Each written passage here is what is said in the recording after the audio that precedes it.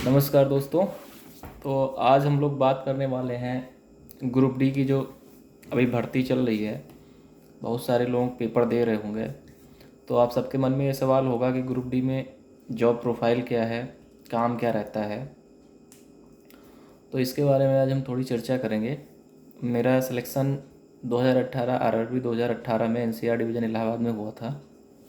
तो मुझे लगा आप लोगों से बात करके थोड़ी जानकारी देनी चाहिए कि जॉब प्रोफाइल कैसी होती है, जॉब में कितना टाइम मिलता है, अगर आगे की तैयारी करना चाहें तो क्या सिचुएशन है।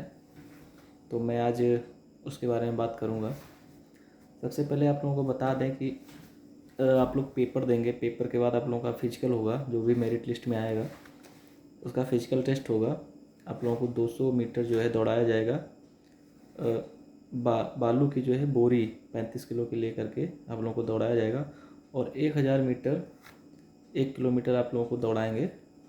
दौड़ना होगा लगभग 4 मिनट 15 सेकंड में, 4.25 मिनट में दौड़ना होगा।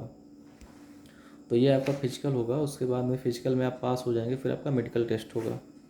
और जब आप फाइनली मेडिकल टेस्ट में भी पास हो जाएंगे, फिर फाइनल मेरिट बनेगी, उसमें आपका सिलेक्शन हो जाएगा। सिलेक्शन होने के बाद आपने जैसा भी पोस्ट प्रेफरेंस भर रखा होगा फॉर्म में, आपको वैसी पोस्ट मिलेंगी। पोस्ट नंबर से भी मिलता है, आपके जितने अच्छे मार्क्स आएंगे, जितनी अच्छी रैंक होगी, उस हिसाब से पोस्ट मिलेंगी आपको। आपने अगर आपके अच्छे नंबर आए हैं, आपने जो प्रेफरेंस डाल रखी है पहले, आपको वो पोस्ट मिल जाएगी।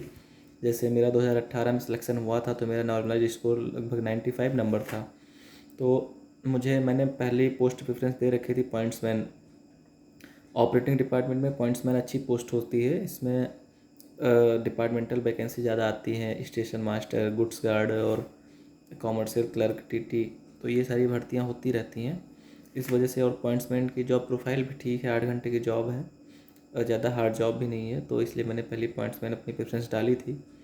तो मुझे फाइनली पॉइंट्समैन मिल गया था और मैंने 2018 क्या मेरा रिजल्ट आ गया था 2019 में, लेकिन कुछ कारणों से मैं ज्वाइन नहीं कर पाया था। तो मैंने 2020 में रेलवे ज्वाइन किया था, एनसीआर डिवीज़न इलाहाबाद में। तो आप लोग सोच रहे होंगे कि क्या सभी लोग पॉइंट्समैन ही बनेंगे, तो ऐसा नहीं है। आप लोग पेपर देने के बाद जब फाइनल मेरिट बनेगी, तो रेलवे के अंदर जो है कई सारे डिपार्टमेंट होते हैं। जिसमें इंजीनियरिंग का डिपार्टमेंट होता है, जिसमें आप लोगों ने देखा होगा ट्रैकमैन, ट्रैक पे काम करते हुए मिलेंगे आपको। ऑरेंज कलर की शर्ट पहने होते हैं, वो बहुत ही मेहनत के काम करते हैं। एक तरीके से आप कहें तो वो भारतीय रेलवे के आधार स्तंभ हैं। पटरियों पर उनका पूरा निरीक्षण करते हैं और उसको मेंटेन करते हैं। उन्हीं की वजह से भारतीय रेल सुरक्षित तरीके से भारत के लोग सफ़र करते हैं। एक डिपार्टमेंट होता है सिग्नल एंड टेलीकॉम का। सिग्नल का काम होता है, जितने भी सिग्नल आप लोग देखते हैं लगा होता है, उसका काम सिग्नल एंड टेलीकॉम डिपार्टमेंट देखता है। टेलीकॉम भी एक अलग डिपार्टमेंट हो जाता है। टेलीकॉम का काम होता है टेलीफोन और जितनी भी संचार की व्यवस्थाएं हैं उसको मेंटेन करना। तो उसमें भी हेल्पर की पोस्टिंग होती है, वो भी ग्रुप डी की वैकेंसी से आते हैं। फिर होता है एक IOW, एक डिपार्टमेंट होता है जिसको कहते हैं इंस्पेक्टर ऑफ वर्क। इनका काम ये होता है, जितनी भी स्टेशन की बिल्डिंग्स हैं या रेलवे की जितनी भी बिल्डिंग्स हैं, चाहे स्टेशन कॉलोनी हो, क्वार्टर हो, कोई भी बिल्डिंग हो, पानी की व्यवस्था, वो सारी IOW डिपार्टमेंट के अंडर में आता है। तो उसमें भी ग्रुप डी के स्टूडेंट्स, मतलब जो कैंडिडेट होते हैं सिलेक्शन के बाद, उसमें भी वो जाते हैं। और ब्रिज का डिपार्टमेंट होता है, जो पुल बनता है, उसमें भी जाते हैं, उसका अलग डिपार्टमेंट होता है। इलेक्ट्रिक का अलग डिपार्टमेंट होता है। एक OHE जो होती है, जिससे ऊपर लगा होता है, आप लोग देखते हैं जब ट्रेनें चलती हैं तो OHE जिसमें इलेक्ट्रिक सप्लाई रहती है, जिसमें ट्रेन का जो पेंट्रो होता है वो उसमें टच करता हुआ रहता है, उससे उसको इलेक्ट्रिक सप्लाई मिलती है और चलता रहता है। तो OHE को कहते हैं ओवरहेड इक्विपमेंट। तो उसका एक अलग डिपार्टमेंट होता है। तो उसमें भी जो हेल्पर होते हैं वो ग्रुप डी से सिलेक्ट होते हैं। तो अब बात करेंगे जॉब प्रोफाइल की। तो जॉब प्रोफाइल सब 8 ही घंटे की लगभग जॉब होती है। अब कुछ डिपार्टमेंट ऐसे हैं, अगर रात में इमरजेंसी कॉल आ गई, कहीं सिग्नल फेलियर हो गया, अगर सिग्नल में आप हैं, या ट्रैक फेलियर हो गया, ट्रैकमैन में है, तो आपको जाना पड़ सकता है। अदरवाइज़ आपकी अगर 8 घंटे की जॉब हो गई है तो आप अपना आराम से कुछ भी कर सकते हैं अपने हेडक्वार्टर पर रह के, फिर आपको बार बार नहीं जाना होगा। उसके बाद अगर बात करें कि आगे वो प्रमोशन के क्या चांसेस हैं, तो इसमें कई तरह की वैकेंसी आती है। एक होता है GDC, एक होता है LDC। तो GDC का मतलब होता है कि रेलवे के जितने भी डिपार्टमेंट हैं, उन सभी डिपार्टमेंट के सारे लोग पेपर दे सकते हैं। उनमें station master, goods guard, commercial clerk जो टिकट देते हैं, और टीसी, टीटी सबकी वैकेंसी आती है। तो उसमें सभी डिपार्टमेंट के लोग पेपर दे सकते हैं, तो वो वैकेंसी भी आती रहती है। फिर एक होती है एलडीसी। एलडीसी की वैकेंसी मेनली ऑपरेटिंग डिपार्टमेंट में आती है। उसमें जो है ऑपरेटिंग डिपार्टमेंट के लोग दे सकते हैं, मतलब जिस डिपार्टमेंट के लिए आएगी उसी डिपार्टमेंट के लोग देंगे। तो ऑपरेटिंग में ज़्यादा वैकेंसी आती रहती है। जैसे मैं पॉइंट्समैन हूँ तो मेरे लिए ज़्यादा चांस से वैकेंसी आती रहती है। तो अभी तो जब से मैं आया हूँ मुझे 2 साल हो गए, अभी मुझे डिपार्टमेंटल पेपर देने का मौका नहीं मिला है। लेकिन और लोगों ने जो मुझसे पहले थोड़ा ज्वाइन किया था उन्होंने 2-2 पेपर दे दिया सब लोगों ने। अभी उसका रिजल्ट नहीं आया है, रिजल्ट आएगा तो कई लोग उसमें सेलेक्ट भी हो जाएंगे। तो डिपार्टमेंटल वैकेंसी से आप स्टेशन मास्टर बन सकते हैं, गुड्स गार्ड बन सकते हैं जो ट्रेनों में गार्ड होते हैं, टीटी बन सकते हैं, कॉमर्शियल क्लर्क बन सकते हैं। बहुत सारी पोस्टें हैं जिन पे आप जा सकते हैं। फिर हम बात करेंगे कि पॉइंट्समैन जो है उनकी जॉब प्रोफाइल क्या होती है, काम क्या होता है। तो पॉइंट्समैन जो होते हैं मेनली उनका काम होता है सेंटिंग कराना। जो बड़े बड़े स्टेशन होते हैं वहाँ पे अगर कोई ट्रेन आई, उसका इंजन काटना हुआ या कोई वैगन काटना है, जोड़ना है, या उसको दूसरी तरफ इंजन एक तरफ से काट के दूसरे तरफ करना है, तो वो काम मेनली पॉइंट्समैन का होता है। सेंटमैन भी कहते हैं उन्हें, तो सेंटिंग का काम होता है। और रोड साइड स्टेशन होते हैं, जैसे मान लीजिए 2 बड़े स्टेशन हो गए, एक मान लीजिए इलाहाबाद हो गया, एक कोई बड़ा स्टेशन हो गया कानपुर। इनके बीच में अगर कोई रोड साइड स्टेशन है तो वहाँ पे रेगुलर सेंटिंग का काम नहीं होता है, लेकिन कभी कभी अगर इमरजेंसी में कोई काम पड़ा तो सेंटिंग करना पड़ेगा। नहीं तो 8 घंटे की ड्यूटी में अगर आपकी ड्यूटी स्टेशन पे लगती है तो आप वहाँ पे स्टेशन मास्टर के साथ में रहेंगे। एक तरफ से जब अगर कोई ट्रेन निकलेगी तो एक तरफ से स्टेशन मास्टर पूरी ट्रेन को वॉच करेगा, ऑल राइट सिग्नल मिलाएगा ड्राइवर और गार्ड से। दूसरी तरफ पॉइंट्समैन होता है, वो पूरी ट्रेन वॉच करेगा, वहाँ से सिग्नल मिलाएगा गुड्स गार्ड से और ड्राइवर से। पूरी ट्रेन में अगर कहीं कुछ ऐसा दिखता है कि हाँ किसी वैगन में धुआं निकल रहा है या कहीं से आग निकल रही है, अगर कुछ माल लद के जा रहा है, मान लीजिए गेहूँ चावल या कुछ भी गिर रहा है, या गेट खुला हुआ है, या कोई सवारी गाड़ी है जिसमें कोई यात्री गिर रहा है, या कुछ ऐसा है जो असामान्य है, तो उसको तुरंत रिपोर्ट करेगा, अपने स्टेशन मास्टर को बताएगा। और या वाकी टाकी अगर उसके पास है तुरंत वो, अगर ज़्यादा खतरनाक सिचुएशन है तो वाकी टाकी से तुरंत बोल के वो ट्रेन को रुकवाएगा और जो भी वो उचित कार्रवाई होगी वो की जाएगी। फिर जो है पॉइंट्समैन की ड्यूटी गेट पे भी लगती है। गेट रेलवे में जो है 2 तरीके के होते हैं। गेट का मतलब होता है जो लेवल क्रॉसिंग होती है, जिसे संपार फाटक कहते हैं। संपार फाटक का मतलब होता है जहाँ पर रेलवे क्रॉसिंग हो और वहीं पे रोड क्रॉस कर रही हो, तो उसको संपार फाटक कहते हैं। मतलब एक ही जगह पर एक तरफ से सड़क जा रही है, एक तरफ से पटरी जा रही है, तो वहाँ पे रोड के ट्रैफिक को रोकना होता है गेट बंद करके, जिससे ट्रेनें पास हो सके और कोई दुर्घटना ना हो। तो गेट 2 तरह का होता है, एक होता है ऑपरेटिंग का गेट, एक होता है इंजीनियरिंग का गेट।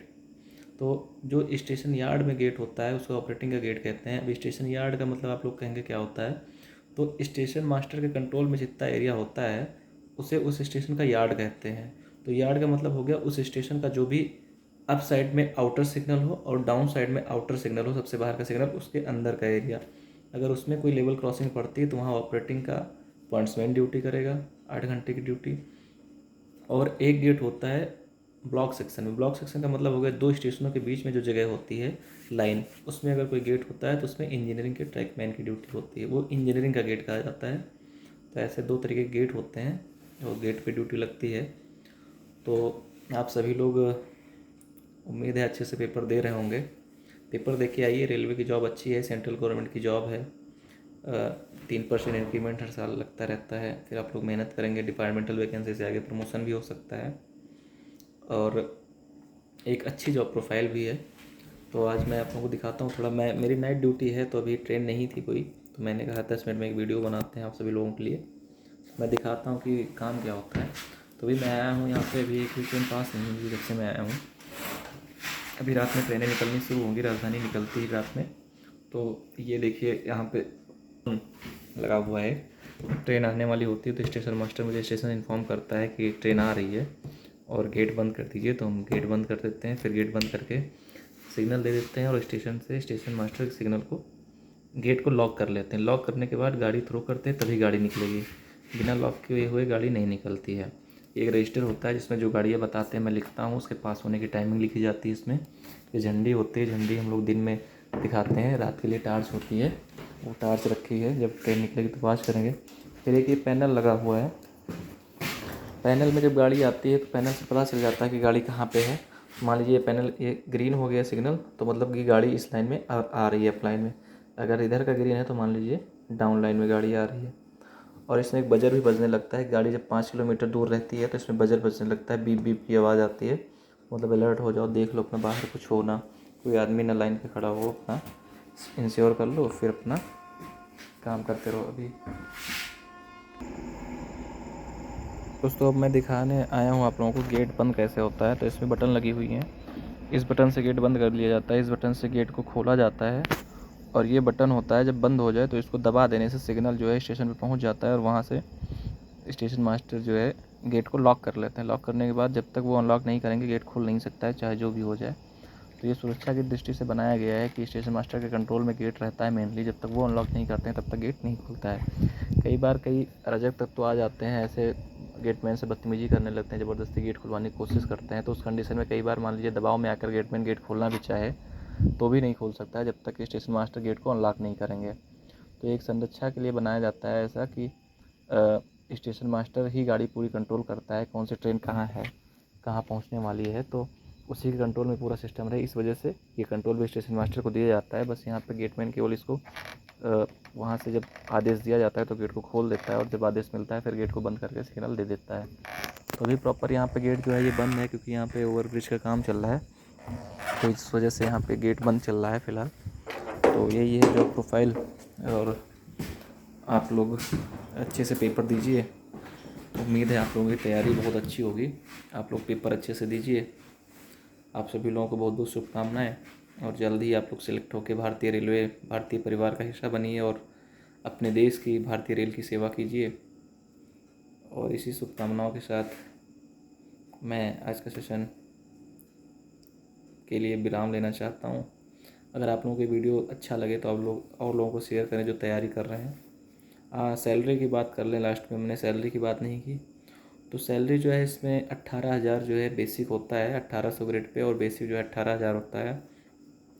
उसके बाद अभी करंट में जो डीए चल रहा है, डीए जो है भारत सरकार समय समय पर महंगाई भत्ता होता है उसको निर्धारित करती रहती है। तो अभी 34% डीए होता है। तो 18,000 के बाद में 34% उस पर डीए लग जाता है। फिर 11% टीए होता है, जो ट्रेवल अलाउंस होता है वो मिल जाता है। और अगर आप लोग नाइट ड्यूटी करते हैं तो 6 घंटे की नाइट ड्यूटी को 1 यूनिट माना जाता है, तो नाइट ड्यूटी का अलग से अलाउंस मिलता है। तो फिर एचआरए मिलता है आपको, हाउस रेंट अलाउंस अगर आप रेलवे क्वार्टर नहीं लेंगे तो।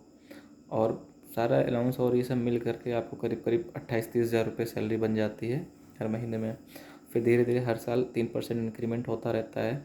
और डीए जो भारत सरकार बढ़ाती रहती है तो डीए में इंक्रीमेंट होता रहता है। तो ये होता है बेसिकली जो सैलरी का स्ट्रक्चर होता है। और डिटेल में अगर आप लोग कोई जानकारी चाहते हैं तो कमेंट बॉक्स में करके ज़रूर कमेंट करें, और जितना भी हो सकेगा मैं उतनी जानकारी आप लोगों को देने की कोशिश करूँगा। और आप सभी लोग अच्छे से पेपर दीजिए। आप सभी लोगों को बहुत बहुत शुभकामनाएं। जल्दी से सिलेक्ट होकर आइए, भारतीय रेलवे का हिस्सा बनिए, और भारत की सेवा करिए, अपने देश की सेवा करिए, अपने परिवार के लोगों को गर्व महसूस कराइए कि आपका सिलेक्शन हो गया है। आप सभी को बहुत बहुत धन्यवाद वीडियो देखने के लिए पूरा। जय हिंद, जय भारत।